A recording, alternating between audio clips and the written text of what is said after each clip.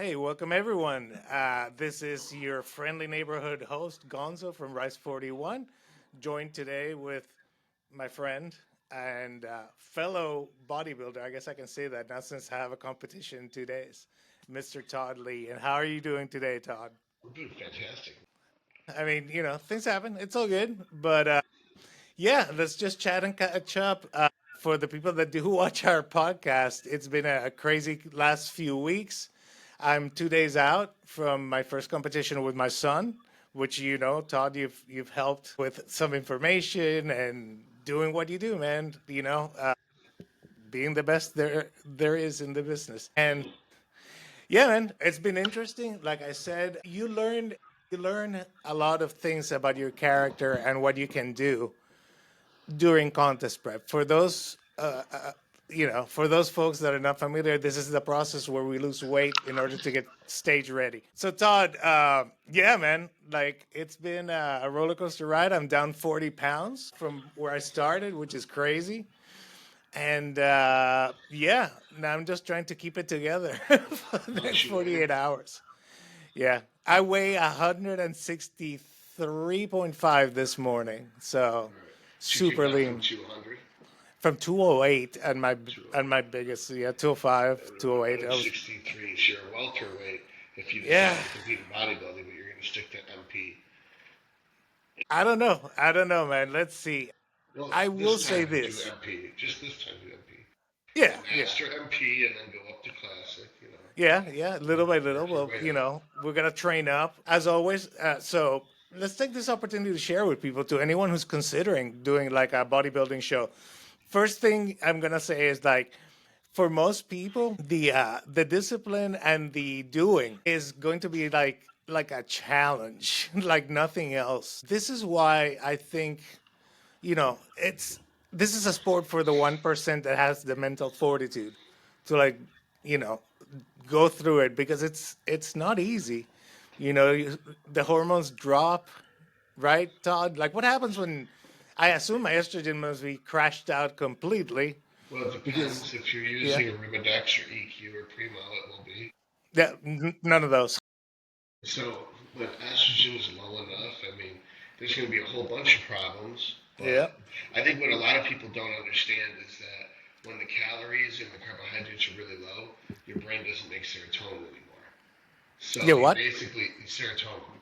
Yeah. So you got a good solid amount of depression, but you're not sad about anything. Right. It's not thought oriented depression. It's really biochemical. So the anhedonia is what comes on, where nothing is fun anymore. Your favorite show, the only thing you really enjoy anymore is food at Yeah, a certain point. basically.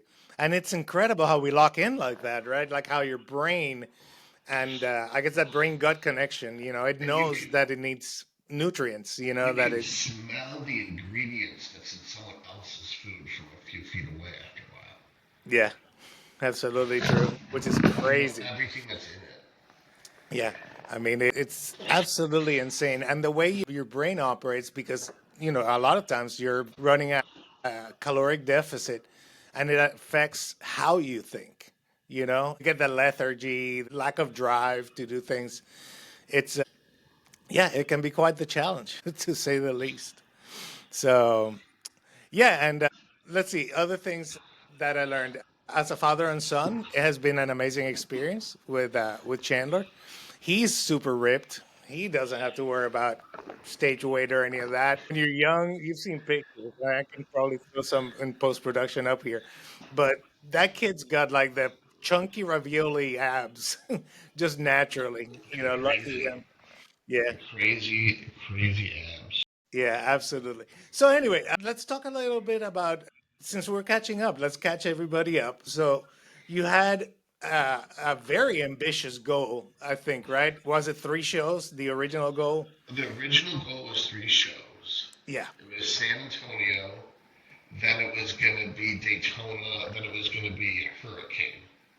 Mhm. And then it was like we were going to be ready early, so we wanted to do, let's move, drop Hurricane and do Florida instead. So there's a zeroth show, if you will. Right. So instead of one, two, three, it's zero, one, two. And then we did the zero show. It was a warm up show. Right. you know, got the height locked in, and we Right. stepped one more time, went to San Antonio, did another height locking in. So after you get 3 times as a charm. Yeah. And there was another show, the Daytona Pro, gotten to fill out or sign the contract. And Okay. I realized 11 hours too late. Hmm. Or 8 hours too late. I missed the deadline. Yeah. Oh So man. there was another show in Denton, Georgia that was halfway home, and it was a week further. So we rerouted and we redirected Sure. ourselves. And we were going to spend 2 weeks in Denton, Georgia and Hmm. do that show.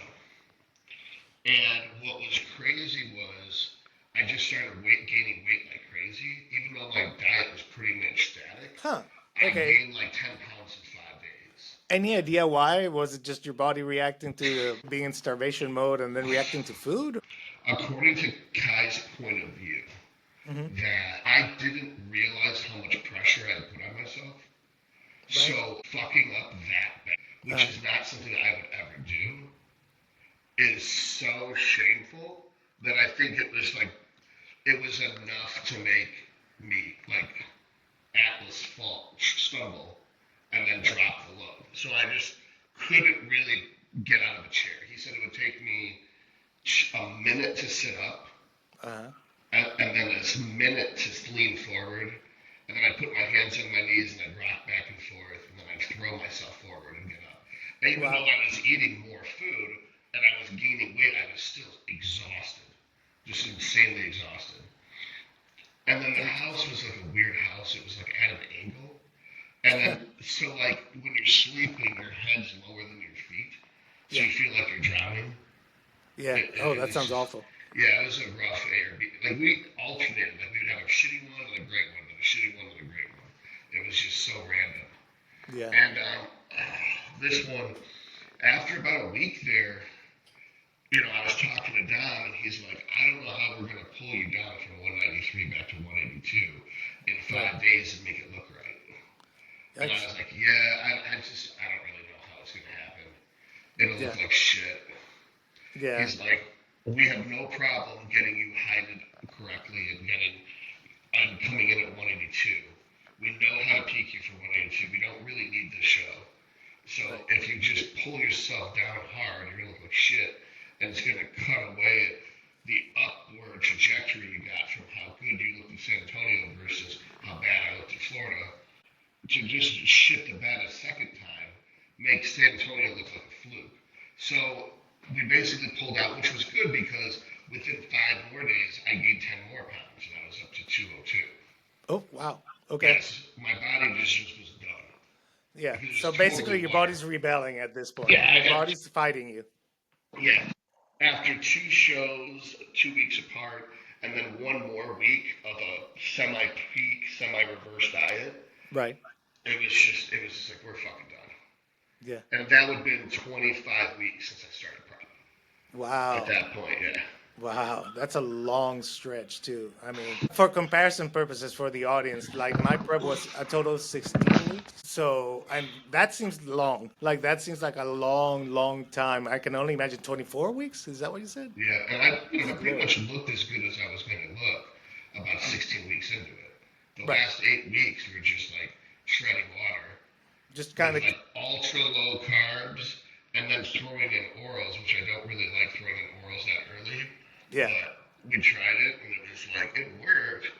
But I don't really like, I usually do Winstrol the last week or the last 2 weeks, not 6 weeks or 12 Right. weeks out. And that's how I Okay. like to do it. For a number of little So, reasons that add up to a good reason. so another thing that again sharing with the audience that I've learned is that every prep is different for everybody. And every prep of yours is different for you too. Each one is like its own little adventure, if you will, right? Yeah, It's that's its own why little journey. people like writing a 16-week cycle is so fucking dumb. Because you don't know what your blood work's going to look like in 4 weeks, so how do you know what you're going to be doing in 4 weeks? Yeah, It that's a doesn't make very any valid point. sense. It's the same thing with the prep. It's like it ain't gonna work the same. Nothing's gonna be the same. You can have a general guideline Yeah, yeah, you have to. And one thing I did notice is that once you get close to your target weight, which this being my first prep, and with Paul Burnett coaching me, just so I got to put the name of my coach, which I had like extremely grateful for his guidance. That's another thing. If you ever consider this, this is to the audience, me talking to the audience, get a coach. There's no way you're going to do this by yourself and get anywhere near striking distance of where you need to be in order to do so. And your brain again will betray you as you get skinnier and skinnier, and the hormones change, and you'll start questioning that mirror. Am I lean enough? Am I too fat?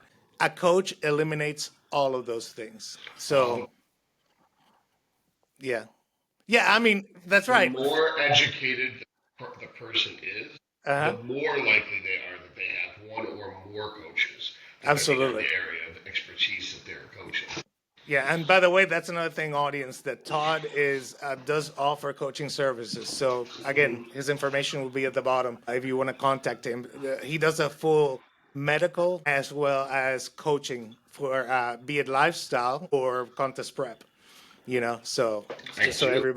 just so everybody knows, that they can, if you're interested, like it's money well spent.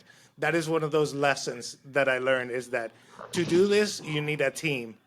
You need also the other thing, the MVP in this whole thing has been honestly my wife, because she's dealing with my son and I both going through contest prep at the same time in the same house, and being moody and hangry. And so that's another tip for whoever's considering this journey is that you make sure that you have the support system, and that you have the support system in place, and thank them. Or you're completely alone.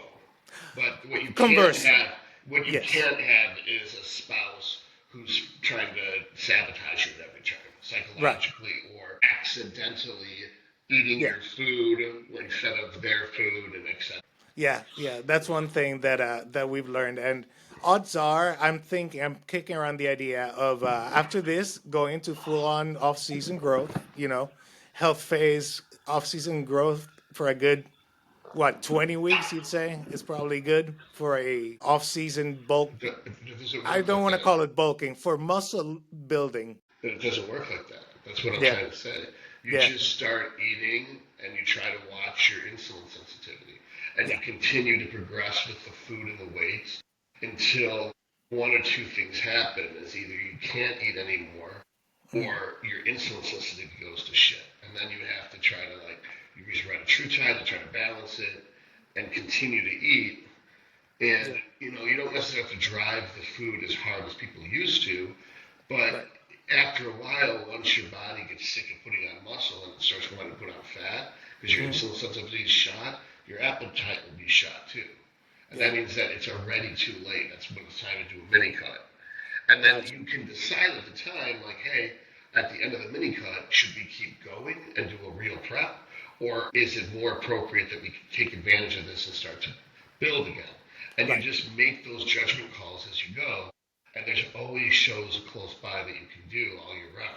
Yeah.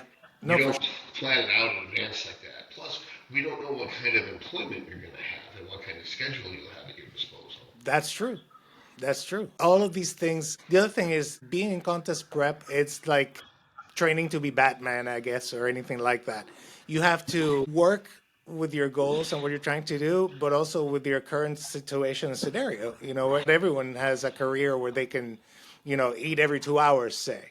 It's, so you have to like make those adjustments. And that's where, again, a coach becomes invaluable because they have that experience and they can share with you and they can guide you. Yeah, so that was another really cool thing to learn is how to integrate all this into your lifestyle. And the other thing is like it also depends on why you're competing. That's another thing that I've noticed that people don't kind of some people compete because they love it, like you, Todd. Like this is your passion. This is what you love to do. Some people do it just to see if they can, which was kind of my approach. Like, can it be done? Can my son and I do this together, and present a good package? Bring a good package to stage, and I think we can. And we have so far. So We're very excited. It's 48 hours now. It's the final stretch. It's so so yeah. Again, for anyone considering this, I'm trying to think of like lessons, making this episode, Todd, into like a convo between you and me, where we share stuff that can help other people, right? That may be considering this, because the way, I know, but it's so hard for me to identify with or empathize with a first time competitor because I yeah, haven't had it. My first time is 17 years ago, and I've been yeah, competing the entire time year round.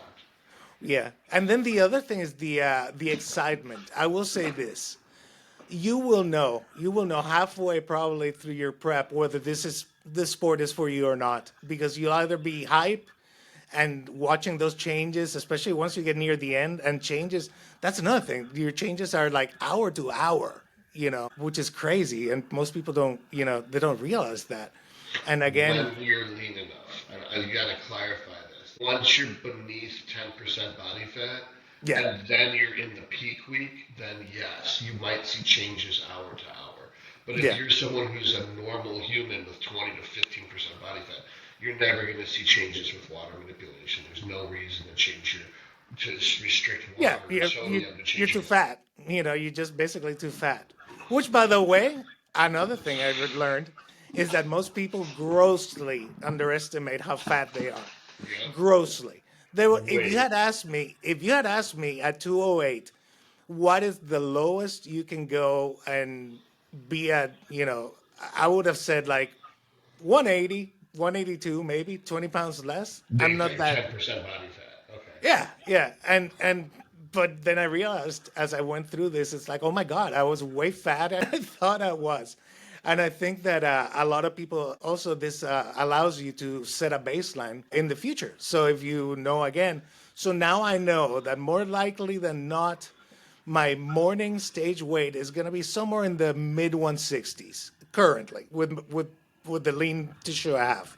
Hmm. So now I know, as I go into the off season after the show, and there's that window. My insulin sensitivity is super high now. There's that window, right, where you Wait, can hold on. grow. Yeah. The insulin sensitivity is super high for the adipocytes, not the myocytes. That's Okay. where a lot of the bro scientists get it wrong. Okay. Oh, The muscles dive are into not that. sensitive. The Yeah. fat cells are sensitive. So that's Uh, why the smart thing to do is reverse diet out so you don't gain any fat. It just is even harder than the original diet. right. Right. Like I'm So 7 weeks into my reverse diet, and today was my first day of the off season. right. And here's another question for you while we're on the topic. So we've established, again, giving tips to anyone who listens to this. We've established that you're in a great position to build muscle and lean tissue right after contest prep. No, Like no, you're in a no? no, Okay. no. You need to recover from the contest prep first and Okay. repair the damaged muscle tissue and Right. reset all your hormone levels like leptin and ghrelin, and Hmm. then you can start building muscle. Okay.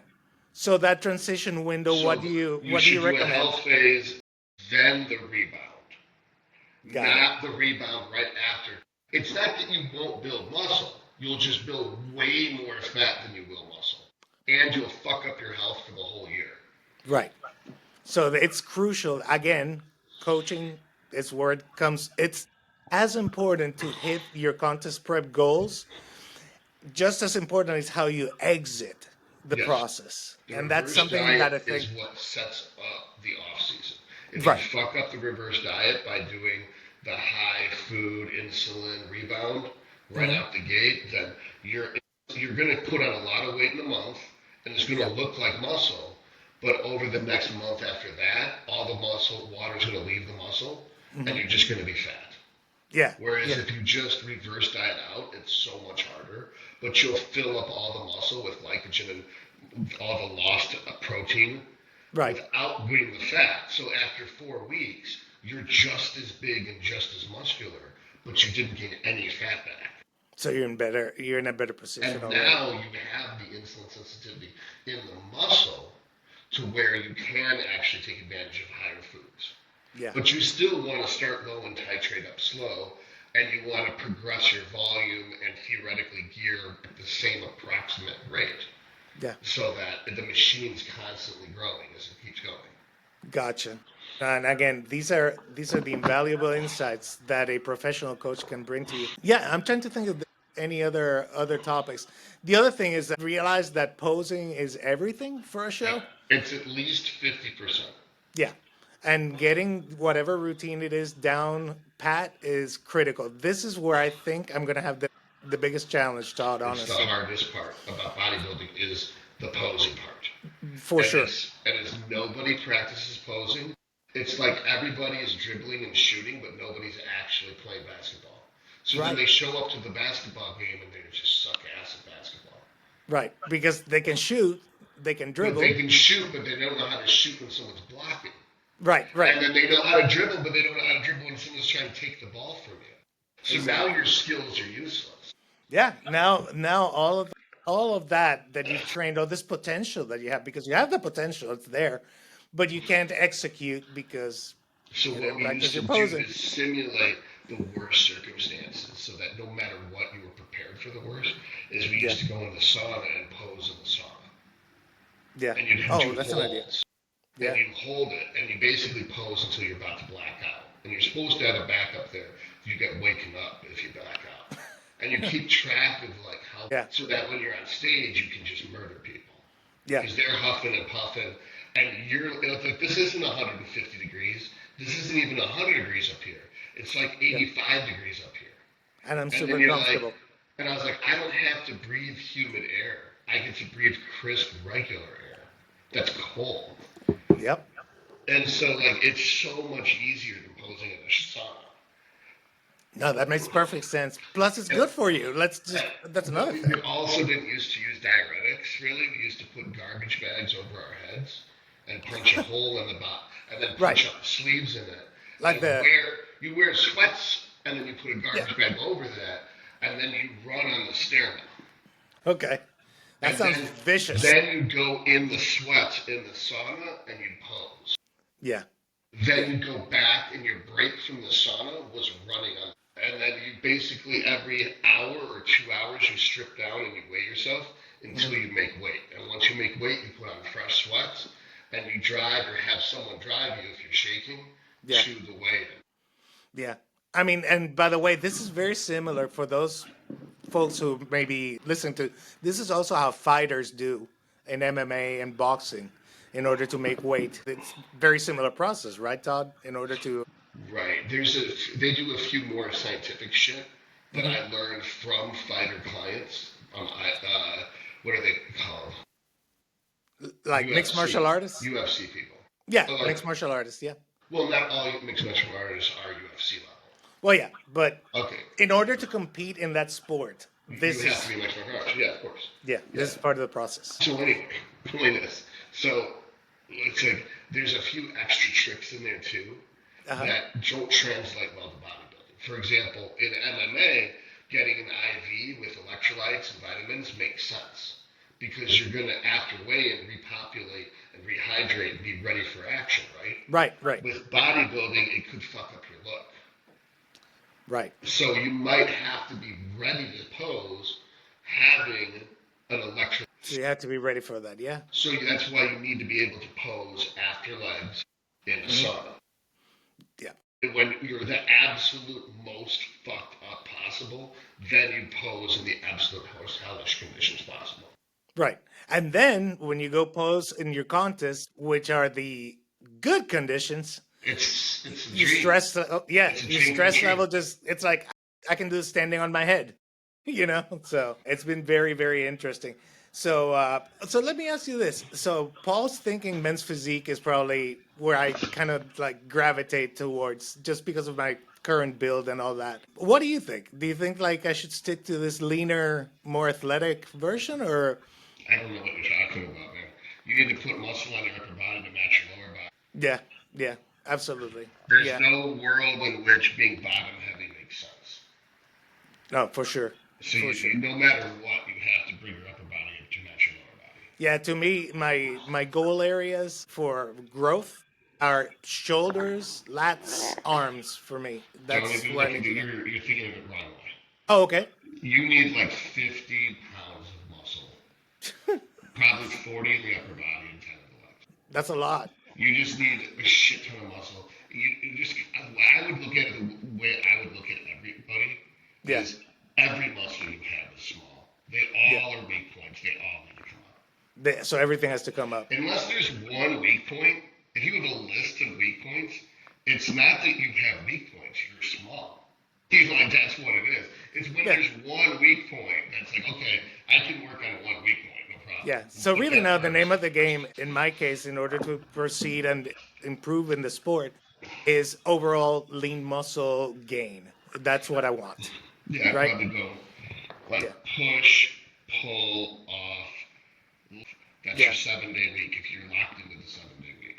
Yeah. And that way your legs get hit once a week and they'll grow. Yeah. Because you're putting twice the attention, twice the frequency, and back, and twice the attention, twice the frequency to chest. Yeah. And a lot of people tell you, well, push-pull legs doesn't work because shoulders and arms are smaller. It's like, honestly, you can put shoulders and arms first on a push-pull legs and they grow just fine. Yeah. No, for sure. So it's all a matter of at some point identifying like the strategies of what you do want to emphasize, and having a good game plan so you can hit everything in the way that you need. Another way I would do it is I would arrange it so that on the leg day you start with arms or middle belts. Right. Even if it's just 2 sets of each, just to like warm them up, and then you can. I would arrange the shoulders and the arms so that you end up hitting them enough times that they don't get in the way. Because I would want to bring up everything. Like you clearly know you are capable of dieting hard. Right. You clearly can So that suffer. part we know. That part you can suffer. You can diet. So that means we got to put muscle on you. I don't want to put any fat on you, but I want to put muscle on you. Yeah. And that would be just 5 to 10% calorie surplus with a reasonable 4 or 5 days a week training program, and with putting the high SFR stuff first. Yep. And the high skill requirement stuff first. Yeah, and then of course, carb cycling is the key for nutrition. Right? It's not necessary. Okay. Yeah. Oh, really? It's too confusing for most people. Is it? Because now that I've gotten used to it, it seems like it would be repeatable as long as I know what macros to hit, But anyway, yeah, it's a thought. It's definitely a thought. So the other thing is, again, learning, is to take the long view. Listen to how we're talking. We're talking about processes that take weeks, months, years on end, and you have to have that strategy kind of like laid out, or at least somewhat figured out, because you're in it for the long haul. If you want to see any change, anything lasting. So, what are your thoughts on that? Just having, I guess it depends on how many shows you want to do, so that you can start putting dates and backlogging, I guess, so that you know how long you need. You mean working backwards from the end goal towards where you are and how to get there?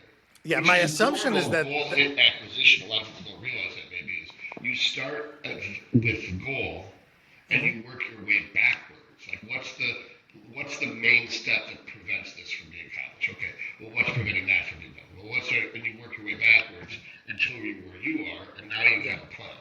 So you start with the date that you're going to be on stage, and you work yourself backwards from there. Like I want to be ready 2 weeks early. Okay, and I'm going to need.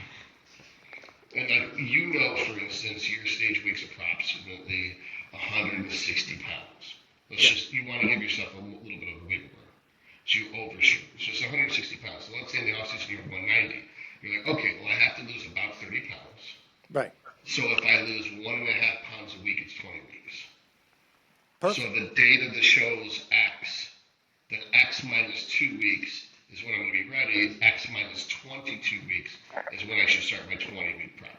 Absolutely. And then the other thing is, like, we also now have, after the first contest prep, we have that valuable info, like you said, of my target weight is X. So that means that as I'm building in the off season, I can keep an eye out on the fat gain and making sure that you stay somewhat lean. There's no reason to do It's any like that every 3 pounds you gain in the off season is 2 weeks you need to diet.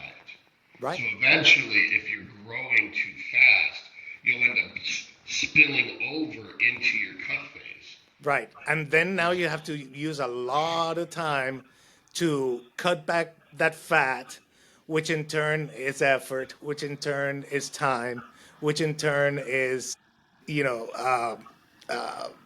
makes it harder, right? There's no, I think like, it's I a don't bit more see any, insidious than that. When you yeah, put the fat on, it just causes the fat cells to multiply, so that you'll forever, for the rest of your life, be hungry. When you right, lose the fat, you don't kill off the fat cells. They just get less full. Then yeah, when you get re-full, they fill back up. If you gain fat back too quickly, they multiply. So right, every time you do this, the rebound phase after a show, you right, permanently increase the amount of fat cells you have in your body. You permanently decrease the amount of leptin you'll have in any given calorie amount. yeah, So absolutely, if you need 22 weeks to get ready for prep, and you're like 10 weeks from that, you're 32 weeks out, and you're at a certain weight, and you're fine. But if you were to go and gain 5 pounds of fat, now you don't have 10 weeks, you have -2 weeks. So right, now you've cut into your prep. So exactly. because you've just extended it from 20, every 2 pounds, you've extended that 20 weeks, 3 weeks. So, And you've spent time gaining the fat. so by that logic, how much weight would it be the point where if you're in the off season, and would it be like about 20 I don't think a pounds? normal person has enough of what it takes to tell the difference of what the fuck they're even looking at. They Okay. simply need a coach. Nobody in 2025 is doing this without a coach. Yeah. It's just not So, even worth talking about. So I'll yeah. let you. That's one of those things like, If you're already doing this for 20 years, yeah. you got a genius level IQ, you at least got a master's degree in an associated field, and you're already an IFBB pro, fine. Give it a shot self coaching. You're going to be sorry unless you're trying to do it. But as Yeah. far as beginners, there's no fucking way a beginner is going to be able to coach themselves. Absolutely. I mean, you have to go through the process coached at least once. And even then, I would never do this without a coach. I just wouldn't do it. It's setting yourself up for a negative experience, you know? Your coach doesn't even need to be smarter than you. That's the part that people don't get. You're not looking for a coach that's smarter than you. You're looking for a coach that's had a good eye and has the art part. They can look at your butt and see how much fat's on your butt and know what to do to make your fat butt shredded on Yeah, stage day. And that you never get a fat butt again. absolutely. They don't need to be able to answer the chat GPT questions. They don't need to know the molecular biochemistry of the fucking thing. No, But they do need to know how to get you shredded without fucking up your organs for and sure. reverse you out so that you're not fucking up your insulin sensitivity, Yep. and how to properly handle your stress and volume and food in the off season so you're gaining muscle in the areas you're supposed to gain it and not getting fat in the process. Yep. That's it. Absolutely. That's their job. Their job is not Absolutely. to be a doctor, it's not to be a PhD in pharmacology. Absolutely. So there we go. So we have now a basic blueprint and hopefully an idea for any of the audience who are considering this, what they need to be doing and what they need to be thinking and how they need to like plan and organize, which is awesome. Um, that's all I got today, Todd. I just want to share that experience. We haven't been able to speak for way too long. So Yeah. catching up with you was awesome. Anyway, team, we will have videos up of the event and pictures and the final result with Chandler and myself, the son. Very exciting. And well, with that being said, Todd, any final words, any thoughts, anything else you would tell? I think we got it all. You know, one of the funniest things ever is when people say they want to do a show and Uh-huh. then you find out they've never been to one. Oh, It's like you might want to go to a show and see what it is before you commit to it. oh, for sure, for Yeah. sure. I will say that. And the other thing is like understand the commitment you're making in time and money and effort, and make sure it's worth it to you. Make sure that this is what you want to do, because it's gonna be hard. It's gonna be hard. It's gonna be fulfilling, but it's not a pleasant walk around and smell the roses experience. There's grit. There's grit. there's strength, there's determination, and you gotta use all of them. All right. Well, with that being said, everyone, thank you so much. Click like, subscribe, all the fun stuff. Check out Todd's stuff. I'll have links in the bottom in the comments. And tell us what you think. Do you like videos like this? Do you want to hear more about like the bodybuilding side rather than the nerdy side? Because that's something else. We're going to go back into our nerdy topics starting next week, I hope. So we shall see. All right, Dr. Todd, as always, a pleasure. And we're out. Thank you so much, everybody.